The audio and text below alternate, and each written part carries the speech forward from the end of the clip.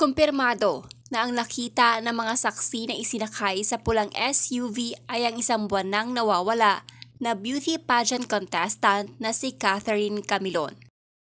Ito ay ayon sa mga otoridad dahil sa DNA test na isinagawa ng mga ito mula sa dugo sa loob ng sasakyan at sa binigay na DNA profile ng mga magulang ni Camilon.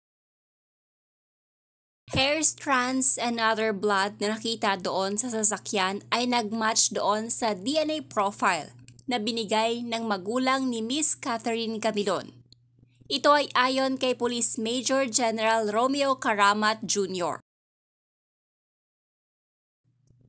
Dagdag pa nito ay hindi umano nagsisinungaling ang mga witness na lumabas dahil consistent ang mga ito sa pagdedetalye sa kanilang nasaksian noong araw na makita nila si Camilon na sinasakay sa pulang SUV.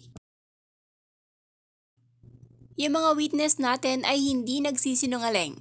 There is a corroborative evidence na talagang yung nakita nilang babae na binubuhat ng mga suspects natin ay certainly ay si Miss Camilon.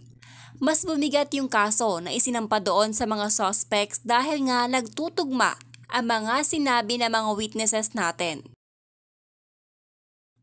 Dagdag pa ni Police Major General Caramat Jr., patuloy pa din ang pangangalap nila ng mga ebidensya na kung saan ay magdidiin pa sa mga suspect. Our PNP Police Group chemists are trying to examine para makapag-lift ng fingerprint para i-match doon sa mga nasampahan nating mga suspects. Matatandaang nauna nang nasampahan ng kaso ang di umano'y karelasyon ni Camilon na si Major Alan De Castro at ang iba pang di umano'y gumawa ng krimen.